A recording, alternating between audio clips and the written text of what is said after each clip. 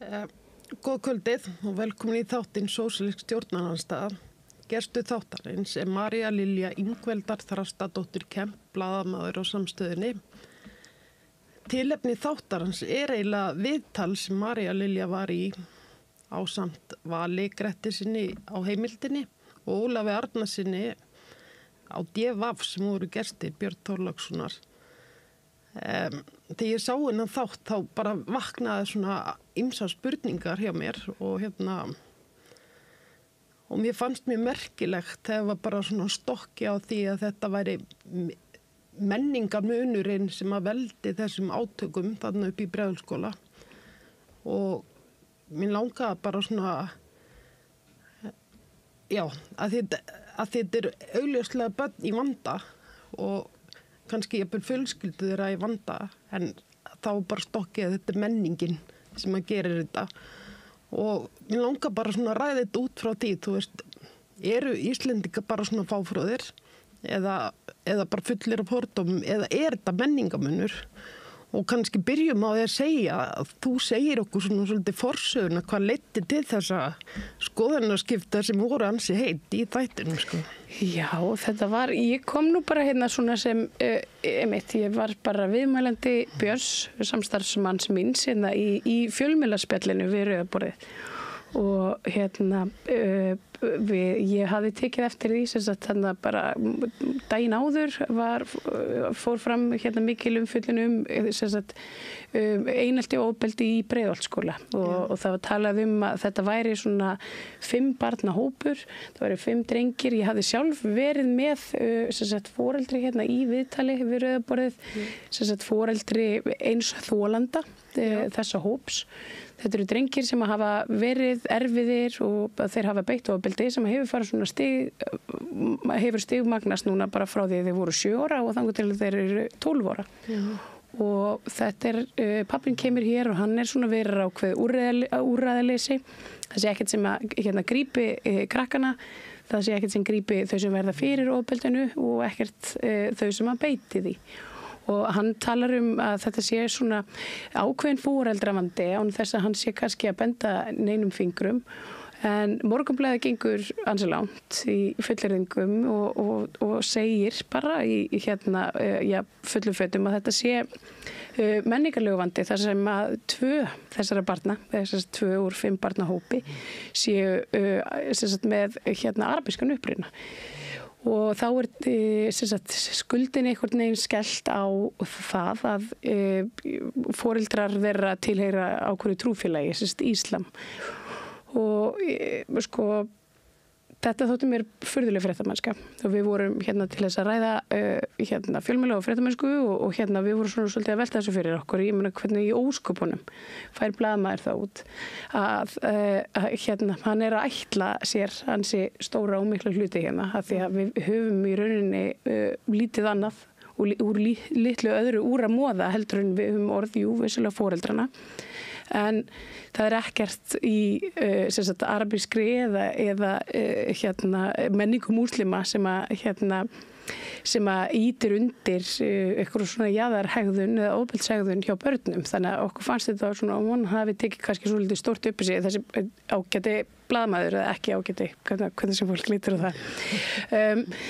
Það eru okkur skoðanaskipti þar sem að ég og sessunautur minn vorum ekki sammála að það ætti ekki að ræða hlutinni með þessum hætti og ég var á því að þetta væri bara svona til þess að kynda undir fordóma í samfélaginu og ýta börnunum lengra á jaðarinn af því að við þurfum auðvitað bara að nálgast vandann svolítið heildstætt og við getum líka ekki sem blaðamenn verið að gefa okkur bara eitthvað svona út í loftið án þess að hafa bara eitthvað gögn sem að styðja þessar fullyrðingar og þá leggja þau fram máli okkar til stuðnings en það var ekkert slíkt í þessari tilteknu grein.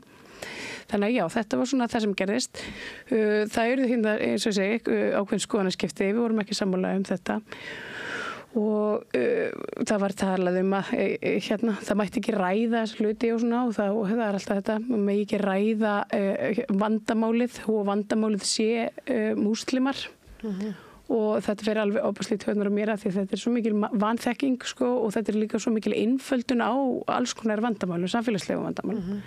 Af því að það auðvitað bara ofbeldisfólk sem beitir ofbeldi og börn sem beitir ofbeldi, það eitthvað að þegar börn grípa til slíks og það samfélagslegu vandi en ekki vegna þess að foreldrar þeirra vitna í Kóraninn, svona endurmegis. Já, mér varst það nefnilega mjög fróðlegt að þið vita það sem vita að þegar börn beita svona lögu þá líður þeim sjálfum illa, það eitthvað að sem að þarf að grípa inn í og samfélagið þarf að stíga inn en það náttúrulega hefur ekki verið gert í þessum málum, heldur frekar verið reynt að einhvern veginn að svona ýta þeim undan sér, staðan fyrir bara að þú veist, hvað getur við gert til þess að hjálpa? Já, svona finna eitthvað svona sökudólk sem ekki úr okkar eigin samfélagi, sko, og þetta er rosalega mikil einföldun.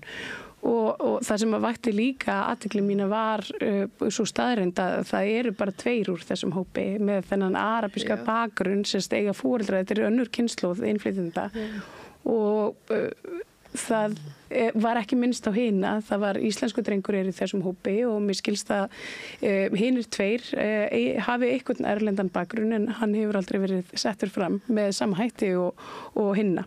Þannig að maður verður auðvitað að velta fyrir sér hvers vegna við að fókusa svona sterkt á uppruna þessara 2 barna á meðan við gerum það ekki við hin. Nákvæmlega. Þetta svona finnst við Íslendinga vera oft með svona veljum eitthvað sjónarhorn og viljum svo gleyma hinu vegna það fullt af íslenskum börnum sem beita ofbeldi og en við tölum aldrei það alltaf einhvern veginn svona reynt að finna sökudólka úr annari menningu og þá múslimum eða arabískri menningu, það náttúrulega ekki allir arabísk sem eru múslimar. Nei, þannig að þetta svona en einhvern veginn viljum við ekki ræða það, þú veist, að íslensk börn beita líka ofbeldi og þetta svona, og ég bara velti fyrir mér hvaðan koma allar þessar hugmyndir okkar, þú veist, við bara svona váfróð eða við bara fulla fordómum, þú veist, og ég segi bara fyrir mína parta að ég var nú svo lánsum að hafa fjölmenningu í minni fjölskyldu, þar sem að við vorum, frænka minn giftist manni frá Malasíu og þau áttu börn saman og þetta náttúrulega 76 eitthvað fyrsta barnið þeirra fæðist. En ég var svo lánsum að hafa svona smá skilning og verða samt vör við þessa fordóma og hvað fransískin mín urðu fyrir fordóm og þannig ég kannski sé þetta öðru sér en aftur á móti að þá þú veist, þessi kvikmyndir fjölmiðlar og annar sem hafa svolítið lita skoðun okkur á múslimum. Já, þú veist, þetta eru terroristar og þeir berja konur og kúa konur og allt svona, þú veist. Þannig að, þú veist, ef við reynum að tengja þetta saman, þessar hugmyndir okkar að koma þaðan? Sko, mörguleiti þá held ég að það sé alveg rétt. Þetta byrjar hann í kringu 2001 með fallið tvíburaturnana og þá verður til þetta War on Terror. Það sem að við allt í einu fáum að sjá mynd af arabísku körlum, sko, þar sem að þeir eru einhvern veginn og gert sami sem merkja á milli þess að þeir séu einhvers konar vondir kallar og ég meina þetta eru bara fordómar sem að ég elst upp, þú veist ég 15 ára þarna 2001 og ég bara mann eiginlega ekkert eftir öðru heldur en að það hafi verið talað arabískt eða bara svona, við miðausturlanda fólk með þessum hætti og svo einhvern veginn fyrir við, sko, það þessi tendens einhvern veginn að einhvern veginn svona klína hlutum á sko trúabrögð annars vegar, af því að menning og trúabrögð eru náttúrulega ekki það sama, af því að það náttúrulega það til fullt af, ég meina það til múslimar í Singapúr og á Íslandi og Grænlandi og það, þú veist, það bara trúabrögðin, sko, en svo náttúrulega menning eitthvað allt annað, en við erum einhvern veginn búin að búa til eitthvað svona einföldun, þetta svona easy way out, bara til þess að hata brúnt fólk, þetta eiginlega svolítið þannig. Já, þetta svolítið allavega, já, ég er svolítið erfitt með að alveg að skilja hvaðan þetta kemur. En svona ég held fyrir mína parta þá allavega hafði kvikmyndir þessi áhrif á mig. Ég var farin að alveg svona hugsa ýmislegt, sko. Þau þurfti að grípa svolítið í nakkadrampið á mig með þetta, sko. Já. Ég held að maður einhvern veginn bara sér þessa mynd. Einmitt, og þetta sé ég ekkert óalgengt að fólk einhvern veginn svona leggja þetta jöfnu að sem sagt, arabískir og miðausturlanda búar séu einhvern veginn, konurnar séu kúar og karlarnir séu ofbeldismenn, en við þurfum náttúrulega líka átt okkur á því að það ofbeldismenn eru bara ofbeldismenn, þeir gera það ekkert í krafti húðlitar eða sko trúabræða, þetta er bara, þú veist, það er til alls konar ofbeldi í heiminum bara því miður. En í staðin fyrir einhvern veginn fókusa á það og uppræta það og finna raunverulega ástæður þess að fólk beitir ofbeldi, þá einhvern veginn búum við okkur svona til svona shortcuts svolítið. Já. Og þetta er auðvitað bara væntanlega má rekja til heimsvaldastefnu Bandaríkjanna í Miðausturlöndum og hvernig sko Ísrael hefur einhvern veginn tekist að mála upp Palestínu fólk og afmennska það og þetta einhvern veginn svona helst allt í hendur og núna erum við að sjá þetta sama bara eiga sér stað hérna beint fyrir framan augun á okkur og mér finnst svona ef við grípum ekki taumana og við bendum ekki á þetta að þetta séu fordómar og þá byrja að uppræta þá erum við bara komin á svolítið slæman stað. Já, mér finnst nefnilega merkilegt þú fyrir að tala sko Ísrael-Palestínu. Var ég að hlusta á svona sagfræðing, var einmitt að tala sögun og hvernig þetta gerist. Áður rauninu Ísrael verður til, þannig fyrir 75 árum síðan, að þá var engin einn vandamál sérstaklega í þessum löndum. Þetta voru kannski einhverju innbyrðis deilur og eitthvað svona, en þetta bara passar þeirra narratífu að múslimar séu slæmt fólk og þeim beri að útrýma og þeir séu æðstir og eina lýðræðisríki í Miðausturlöndum og þess vegna passar þessi áróður rosalega þeim til þess að réttlæta það að þeir séu þarna og mér fannst það mjög góði punktur hjá honum og eitthvað sem að ég hafði ekkert mikið hugsað út í, þú veist, af hverju þetta var svona meira bara alltaf vesen, eitthvað skilur svo bara held ég mér inn í þetta og fór að virkilega skoða hvað veldur.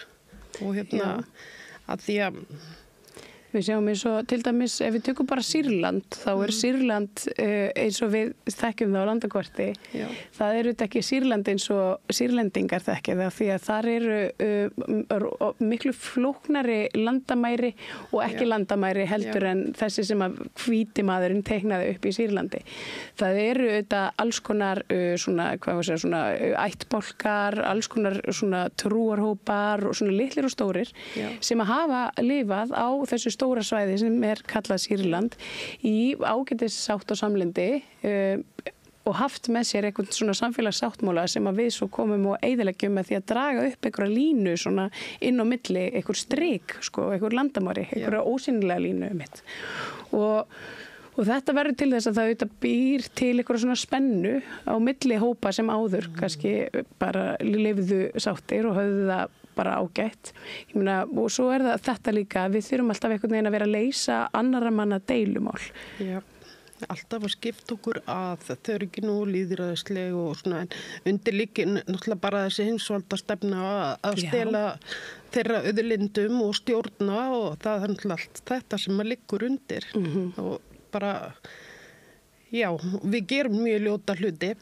Og svo annars sem ég var að hlusta á svona sögulega skýringar að náttúrulega Ísrael vilja vera ríki fyrir gyðinga og þeir gera ýmislegt til þess að fá gyðingan til sín og mitt í Íran þá fóru þeir, það voru mikið mitt af gyðingum þar sem liðu bara í góðu lífi með Írunum, þú veist, og ekkert mál, en þá fóru þeir að fermja hryðjuverk þar og kentu svo múslimum.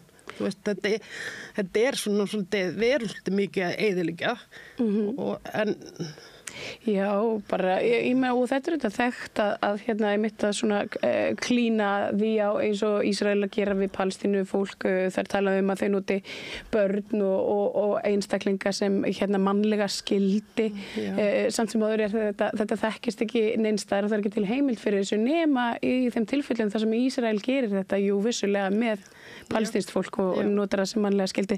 Það eru alls konar svona stríðsglæpir sem einhvern veginn reynt að moka yfir og klína þeim á bara múslima annars vegar og svo araba og við þurfum einhvern veginn að vera svo gagnrýnin á allar þær upplýsingar sem við höfum fengið og við höfum alist uppið í gegnum tíðina og það er svona verði ekki svo leið þegar maður sér sko, eins og Morgunblaðið, blaðamenn í Morgunblaðinu einhvern veginn falla í þessa sömu gryfju af því að það er bara ekki góð blaðamennska. Nei, þess vegna bara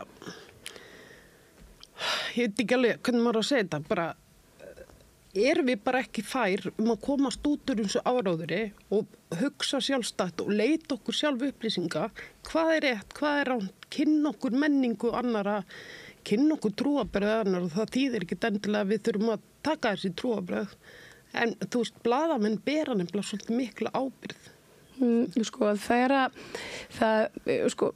það eru ákveðin hagsmunaöfl sem kannski knýja áfram ákveðina fjölmiðla.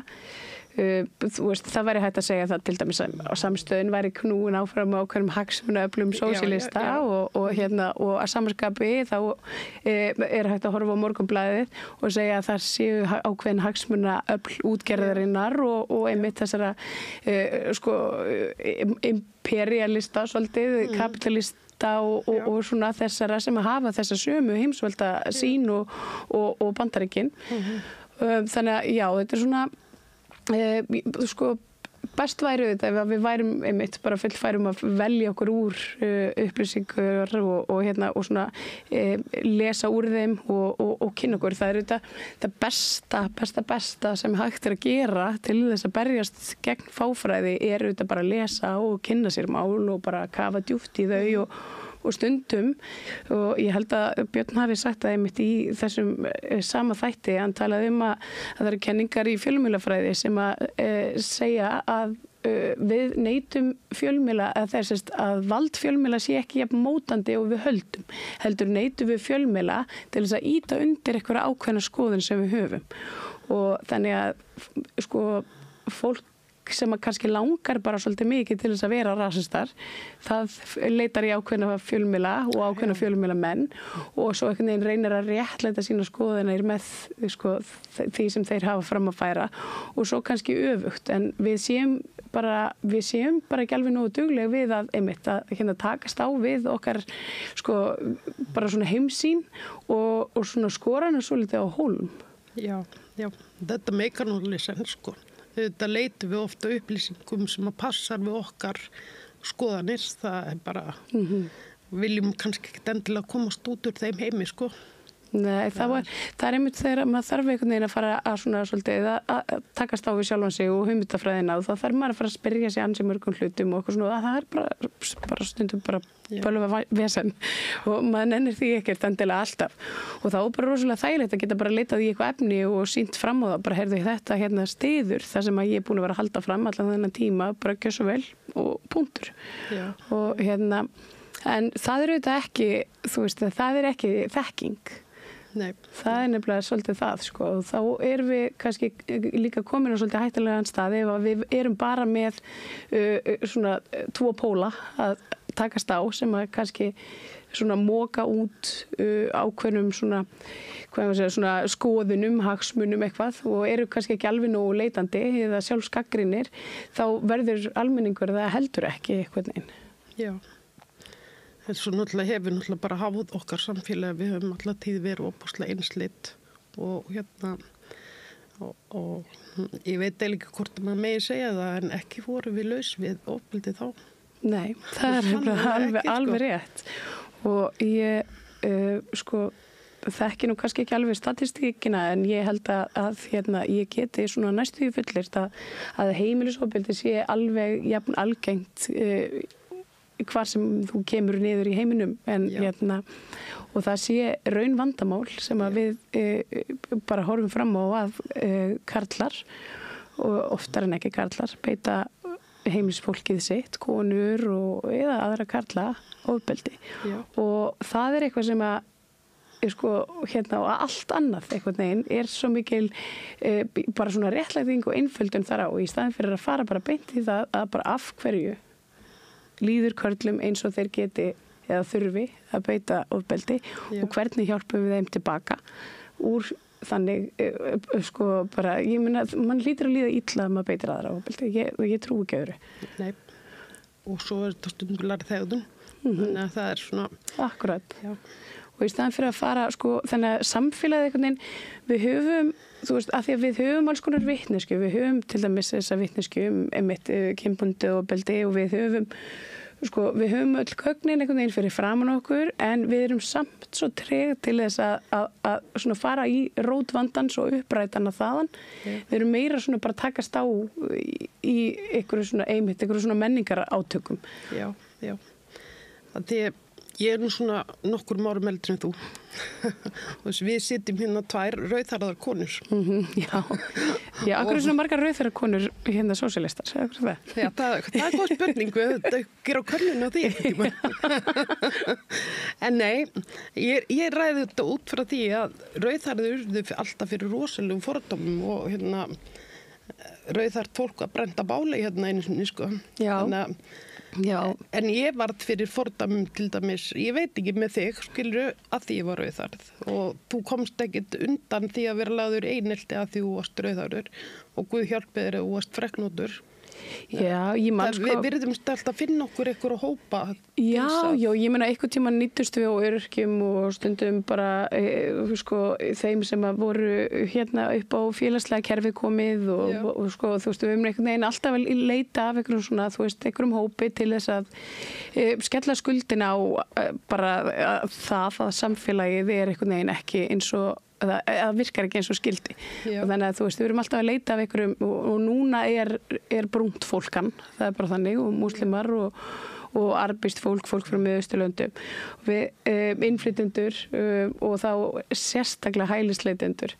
Og það ég meina, þetta svo ofboðslega lítill hluti af því fólki sem hér á landinu, en samt sem áður þá erum við bara einhvern veginn tilbúin til þess að glína öllum okkar vandamálum á þennan tiltekna hóp. Já. Og trúa því að ef hann myndi bara fara, þá myndi vandamálinn fara einhvern veginn með. Já. En mér finnst svo áhugavert einmitt og það væri gaman að spyrja einstaklinga sem eru þessara skoðana bara hvort að þau trúið í raunverulega að samfélagsvandamálinn myndi bara hverfa með hælisleitendum.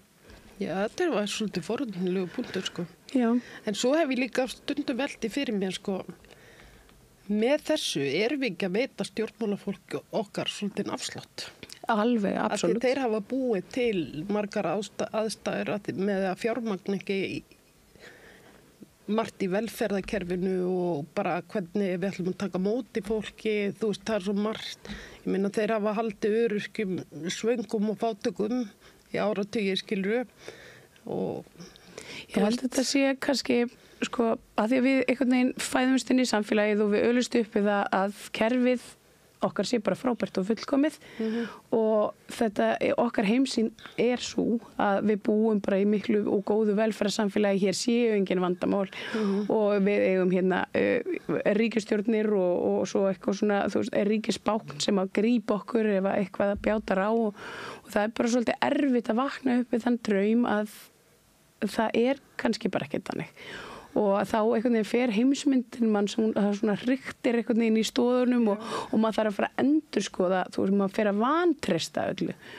Og þá kannski bara þægilegra að búa til einhvern annan sökutólk ef maður ekki tilbúin einmitt til þess að uppræta vitleysuna sem maður einhvern veginn hefur í kollinum sitt eigin kerfi og sína eigin heimsmynd, þá maður rosalega tilbúin til þess að benda bara fingrum á hvern annan. Þetta svolítið svona, þetta svona, þú veist, einföldun á þessu svona, þú veist, svona sandkassaleikur, nei þú, Já. Við Íslendingar náttúrulega svolítið, það svolítið sterkt í okkur þetta vera svolítið þjóðerni sinnas og svona Ísland best í heimi og við erum geggjuðust og frábærust og allt þetta er mjög sterkt í okkur. Já, og það alltaf bara skellur að átta sig á því að við erum það ekki. Já, heldur betur sko. Þannig að, og svo bara sumir hópar ekki eins velkomnir í þetta frábæra Ísland sko. Þannig að þetta bara svona, já. En stundum fellst maður hendur að því að ég, og kannski bara mín lífsreynsla hefur kennt mér það, að það skiptir engu máli hvernig þú ert á litin eða hverja trúar þú ert eða hvaðan þú kemur eða hvernig þú klæðist eða neitt. Það sem skiptir máli það hvernig manneski ertu. Þú veist, ofbeldisfólk bara ofbeldisfólk, alveg saman hvað það kemur eða hverju það trúir. Það nefnilega máli. Hvítir kristni kallmenn, ég meina þeir beita svo sannarlega ofbeldi og það oft í trúni, gegnum trúna sína líka. Þannig þetta svona einhver svona doppelstandard, þú veist. Og ég meina, við gerðum þetta líka áður við svart fólk. Þú veist að þetta eiginlega sami hringurinn sem við erum að fara í. Já, og svo líka það sem að við, og það sem að við höfum einhvern veginn gert í gegnum árin að við notum konur svona eins og eitthvað svona vopn í stríði. Þeir eru svo vondir við konunnar okkar að við þurfum, þú veist, það alltaf þetta sko, að þú veist, að þá allt í einu ótrúlustu karlar sem eru allt í einu komnu með sko bara svona ofbúslegar, þeir eru bara sofiki úr áhyggjum yfir því að íslenskar konur verði fyrir kynferðisofbeldi að hendi innflytjenda.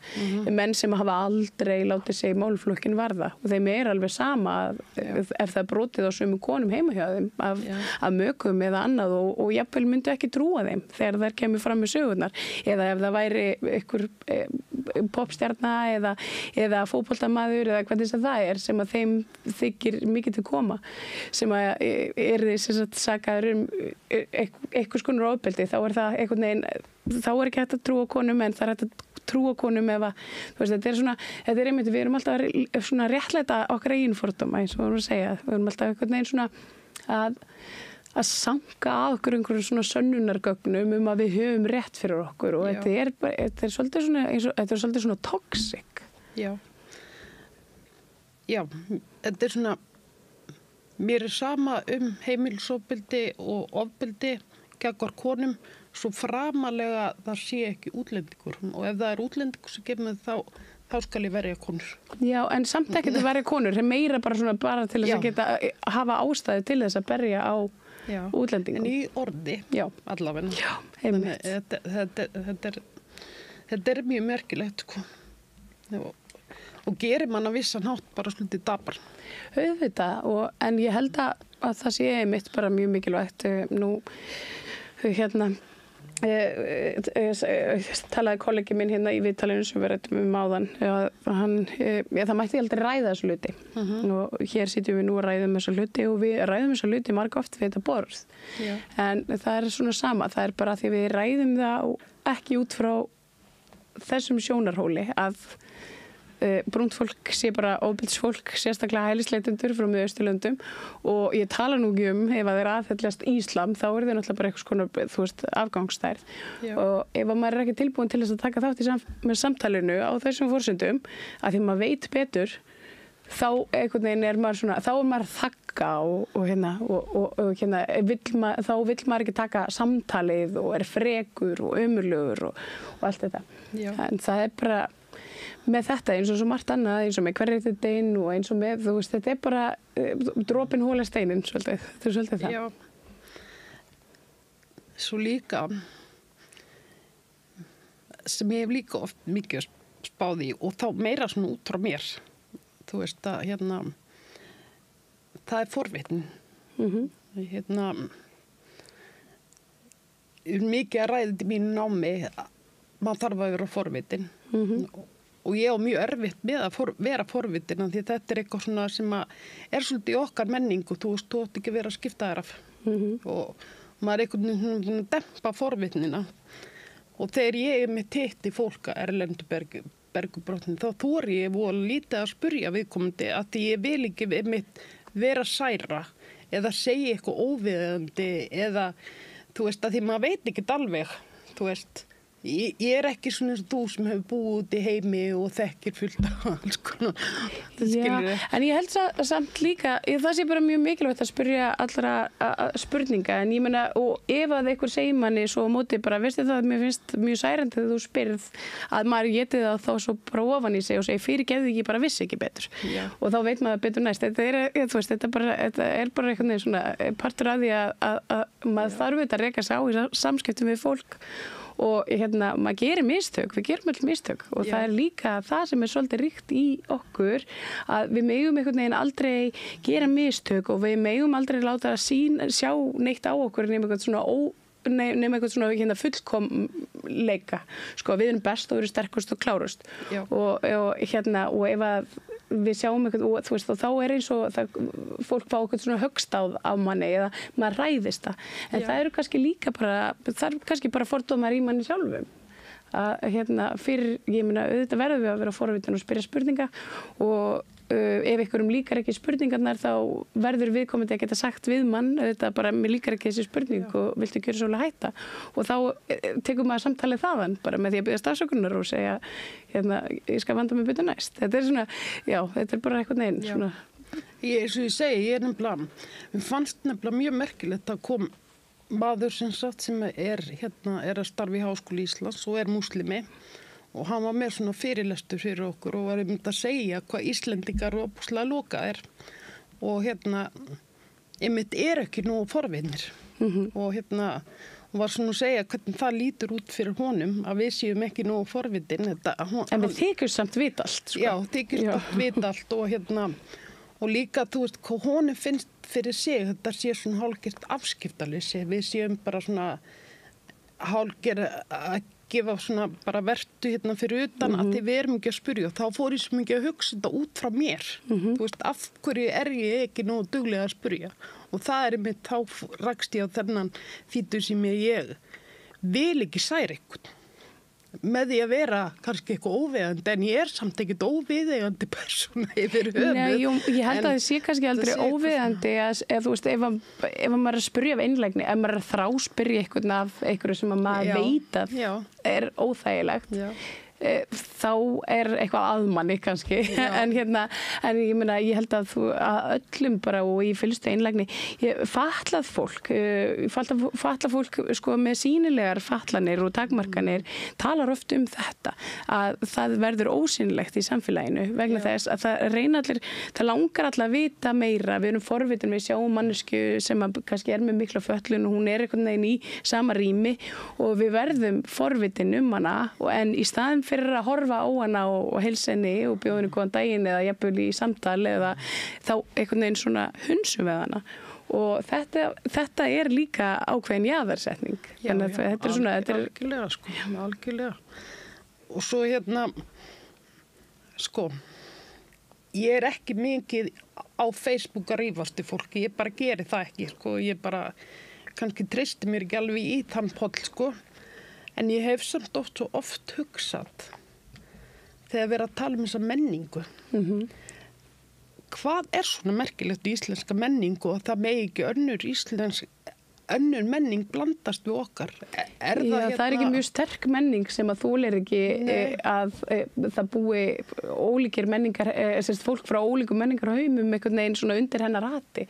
Það getur ekki verið mjög sterk menning og ég velti þessu líka fyrir mér, ég meina hvað er okkar menning? Þú veist, erum við að tala borða súran mat? Þú veist, það þetta einhver menningar afkemi, ég held að þessi enginn að fara að taka það af okkur. Drepa mann og annan eins og Egil Skallagrímsson eða þú veist, hvað er það? Þú veist, er það eitthvað popmenning? Er það því að við erum alveg búin að eyðileggja hana, þú veist, eins og tónleikamenningu og svona skapandi greinar, þú veist, við erum bara fullfærum að eyðileggja allt slíkt sjálf með einhverju græðgisjónamiðum, sko. Eru það græðkins sem að skammsýnin, er það menningin okkar? Eða erum við einhvern veginn að tala náttúrun okkar, tengsla okkur við hana því að við erum líka búin að eyðileggja það sjálf. Já, þetta er svona bara svo oft velt fyrir svo líka íslensk menning er náttúrulega svolítið stólin bandarísk menning þannig að mörguleiti, En hún einmitt, þetta bara eitthvað svona, já, einmitt svona globalization hérna. Já, þetta rosalega stór spurning, en ég hvet fólk til að velta þessu fyrir sér, að við hvað það svona rætt? Það það, þú veist, að þjóðhátíð í Eyjum verði undirlögð í hvað, brúnu fólki eða eitthvað svona, þú veist, ég hef oft velt þessu líka fyrir mér og ég meina, og þú veist, og væri það þá eitthvað verst í heimi? Væri það þá ekki ennþá sama þjóðhátíð í Eyjum eða hvað, þú veist, þetta bara, ef það menning, ég meina, sjoppuborgarar, eru þeir menning? Já, ég myndi segja það. Já. En það er ennþá að fá þá. Nákvæmlega, en líka, ég man bara líka eftir þegar Asíubúarnir voru að koma hingað og víetnamskir veitingastaðir og kínverski veitingastaðir og allt voru byrjað að poppa upp í tölum allan asískan mat sem kínamat. Já, og þá það man ég alveg að svona eldra fólki sagði, maður getur ekki gengið lengur niður í miðbæ, þetta sóttan óþefur. Einmitt. Skilur. Einmitt. Og við bara nýbúið að stoppa hvað er það, síldabræðslu turnana og vera ógeðslega. Og ég meina, fólk man eftir rúbrauðsgerðinni og ógeðslu lyktinni sem kom þaðan og svo var einhver brugg smiðja einhvers staðar og Grettsgötunni eða þar við og það var alveg, þú veist, ég meina, en sko það fylgir þetta líka bú í borg að finna lykt og ég reyndar pælt oft í þessu því að eins og í stórum borgum alls þar út í heimi þá finnur endalaust lykt af fólki og það er svo framönd og skemmtilegt. Þú finnur matalykt og þú finnur lykt af iðnaði og þú finnur einhvern veginn lykt af sko umferðinni, náttúrunni, einhvern veginn allt í bland og það einhvern veginn gefur manni svona ákveðin kraft. Maður veit að maður lifir í lifandi samfélagi þar sem maður finnur alls konar lykt. En það er einmitt það sem sko, ég sakna svolítið og það er að finna þessa alls konar framandi lykt af sko, iðnaði, fiskvinnslunni og þessu sem að áður var í Reykjavík bara fyrir einhverjum 20 árum síðan, ekki meira. Og það er svona, við erum einhvern veginn orðin einhver svona glansmynd af samfélagi þar sem að, þú veist, er engin lykt. Ég meina, þetta er bara, það er einhvern veginn, þetta passar ekki. Og þetta til dæmis, þetta líka, það er auðvitað, þú veist, að varðveita menningur, að varðveita ákveðna starfshætti og starfstéttir og þar framöndu götunum. Þannig að, þú veist, ef við viljum raunverulega kryfja, sko, þú veist, hvað er íslensk menning, þá er það auðvitað bara þú veist, smábátaútgerðin og fisksalinn og kjötverkamaðurinn og allt þetta. Þetta er eitthvað sem okkur vantar. Já, en okkur þykir ekki dvænt þetta. Það má alveg selja þetta fyrir einhverju gróðrabunga, sko. Eitthvað. Já, það er nefnilega, en svo einhvern veginn hvertu við undan því að hælisleitendur sé einhvern veginn að reyna að hafa á okkur menninguna og þá eins og spyrt bara hvaða menningu er þá verið að tala ef ekki þessa sem nú þegar er búið að svifta okkur á svo mörgu liti. Já. En að mínu mati við orðið miklu ríkara samfélag við þessa blöndun. Alveg heldur betur og margir af mínum sko bara nánustu bestu vinum eru sko bara með mjög framandi og alls konar bakgrunn og það er bara einhvern veginn ótrúleg forréttindi að fá að eiga í samtali og einhvern veginn svona einmitt að rökræða við vini sína sem að koma frá einhvern veginn sko stundum að manni finnst annari plánutu einmitt bara eins og til dæmis vinir mínir sem að koma frá Palestínu og þeim fannst ég vera geimvera alveg svona þú veist fyrstum sinn og við fengum svona svolítið kannski krasskúrs þessi svona sem eru mér nánastir í að lifa saman og ég segi það að það er öllum Íslendingum mjög hollt að búa með hælisleitenda einhver tíma því að það er sko bæði fyrir þá sem svona ég bara svona gluggi inn í Íslands samfélag og svo líka fyrir okkur og vísinina að það er svo margt sem við getum lært. Ég meina ég er farin að elda miklu betri mat til dæmis eftir að ég lærði að kryddan samkvæmt svona því sem að þeir kenna mér en og svo lærði þeir svona alls konar íhaldssemi sem að vissulega var til í þeim og það var þá ekkert vegna trúarbragða, það var þá meira menningar og svona þar sem að bara samskiptum kynjanna vera háttað eftir einhverjum ákveðnum menningarlegum reglum og svona, og ég meina það líka bara alls konar svona hluti sem þeir voru tilbúnir, þeir voru komnir hingað til þess að takast á við innra með sjálfur sér. Þetta svolítið þannig. Þannig að við getum lært svo mikið að því að tala við fólk og við getum bara einhvern veginn hætt, og það væri svo æðislegt að við gætum bara hætt einhvern veginn að bara svona ætla öllum að vera komin hingað til þess að vinna okkur eitthvað illt. Já, nákvæmlega. Það er svona eins og matarmenningin, hún er náttúrulega mjög skemmtileg og sérstök og sem að veitir okkur meiri víðsýni og þjálfum bragðlaukan okkar í eitthvað annað en steikt lambalæri og grjónagröt sko. Já, og mér fullri virðingu fyrir því og meira segja þegar það er svo fyndið að því að svo er alltaf sagt eitthvað svona, já, ég meina þau eitthvað ríghaldi í sína menningu og vilja eitthvað blöndun. Þegar ég bjó út í Englandi þá lét ég senda mér hangikjöt og flatkökur og alls konar hluti, bara mér þess að smjörva. Af því að, þú veist, ég meina ennst smjör er ábyggilega besta smjör í heimi, en það breytir því ekki að mér langaði smjörva því að ég saknaði einhvers frá Íslandi. Og þá, þú veist, og það er alveg eðlilegt að, þú veist, að maður saknar þetta eitthvað sem maður þekkir, en samt sem áður þá einhvern veginn er það ekki eðlilegt þegar fólk frá framandi menningarheimum saknar einhvers að heiman, og þá er það einhvern veginn orðið eitthvað svona eins og svona yfirtaka eða eitthvað. Já, og einmitt út frá þessu, svo tölum við alltaf að þetta fólk blandist ekki, það heldur sér bara í sínum hópum, en ég meina hvað gerum við Íslendingar þegar við erum erlendis? Hvað er fólk að gera á Tenerife til dæmis? Tenerife, það heldur svo sannarlega hópin. Ég veit ekki betur en að það sé bara komnir Íslendingabarir og þar vinni bara Íslendingar og tali íslensku og það er bara ákveðin krafa að leigubílstjórar á ákveðnum svæðum á Spáni séu bara með íslensku kunnáttu, af því að þeirra helst skjólstæðingar eru Íslendingar á ferðalagi af því að þeir halda sig einmitt í hópum, en þetta er einmitt þetta er svona, þú veist já, þetta er svona gerðu það sem ég segi, ekki það sem ég geri pólitík einhver og það er líka, það er auðvitað annað í þessu að þegar við viljum ekki tala við fólk og við forðumst að spyrja það spurninga og einhvern veginn að vera forvitin það, þá jaðarsetjum við það og ég meina það verður einmana og þá leitar það auðvitað bara í nærsamfélagið sitt sem er líkt þeim og tala saman tungumál. Alls sjálfsögðu. Við gerum það sjálf, ég meina ég átti fullt af íslenskum vinum út í Englandi af því að við einmitt svona hópuðum okkur svolítið saman af því að það er bara drullu erfitt að komast inn í nýtt samfélag, sérstaklega maður á fullorðin. Það er bara alveg bölvalegt, ég meina, hvar á maður að kynnast vinum, á maður að fara á barinn eða á maður þú veist, það var í helst á, þú veist, að maður kynntist í gegnum krakkana sína og það eru ekkert allir sem eiga krakka og þannig að þú veist, þá er þetta bara já, herðu, býtu þannig að frænka þessa, hún býr líka í næsta hverju, eigum við kannski mæla okkur mót og ég meina, svoleiðis gerði maður bara. Já. Algjörlega sko en svona eftir spurningi sem stendur, þú veist, hvað getum við gert betur, hvað getum við gert öðru, hvernig getum við kveikt þessi ljós hjá fólki að við erum öll eins, við höfum öll sömu þarfirnar, það er alveg sama hvaðan við komum. Sko, ég held alveg að við vitum þetta öll. Já.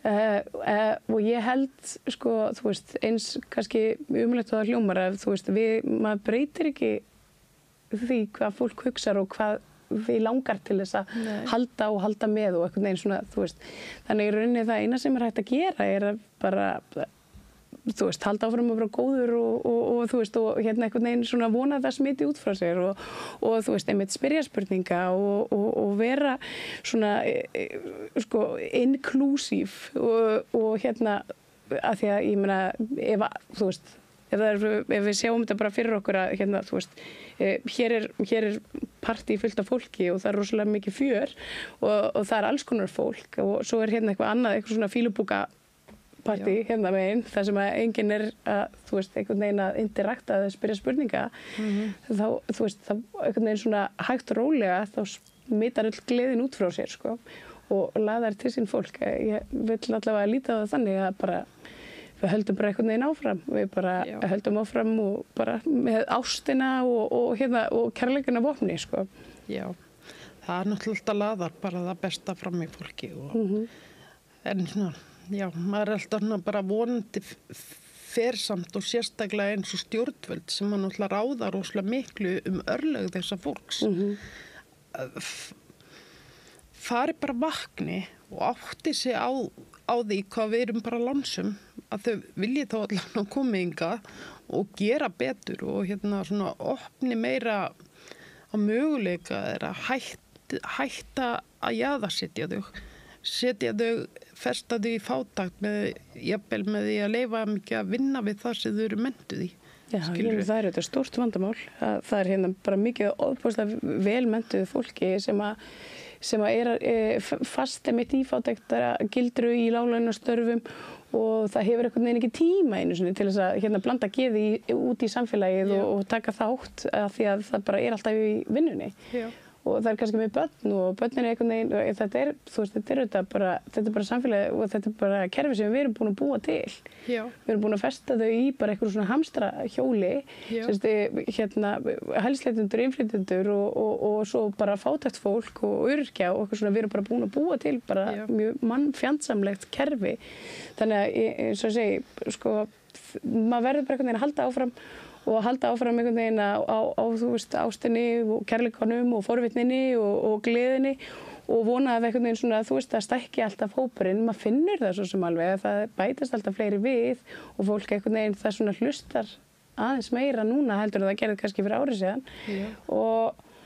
Og svo kannski bara, þú veist, þegar hópurinn er orðin nógu stór, þá erum við orðin nógu sterk til þess að þrýsta á stjórnvöld geri betur og þú veist, það er kannski bara svona, þetta er í rauninni, þetta er marathon, ekki spretthlaup. Já. Það er svolítið þannig. Við þessa ræðuðina, þá vaknaði svo spurninga mér.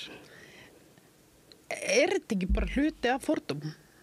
Þess við erum að ræða að við ákveðum það að þetta fólk með ekki nýta sína menntun, að við jaðarsetjum setjum þau í bara lélega stöðu, þar sem þau eru að vinna bara láglaunastörfin, þar sem er verið að fara illa með þau, þú veist, þau fá ekki rétt laun og allt svona. Er þetta ekki bara hluti af fordómum?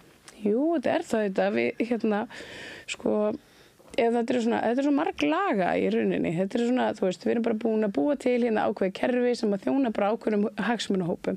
Og þessir ákveðnir hagsmunahópar, þeir sjá hag sinn ekki í að breyta kerfinu fyrir okkur hin.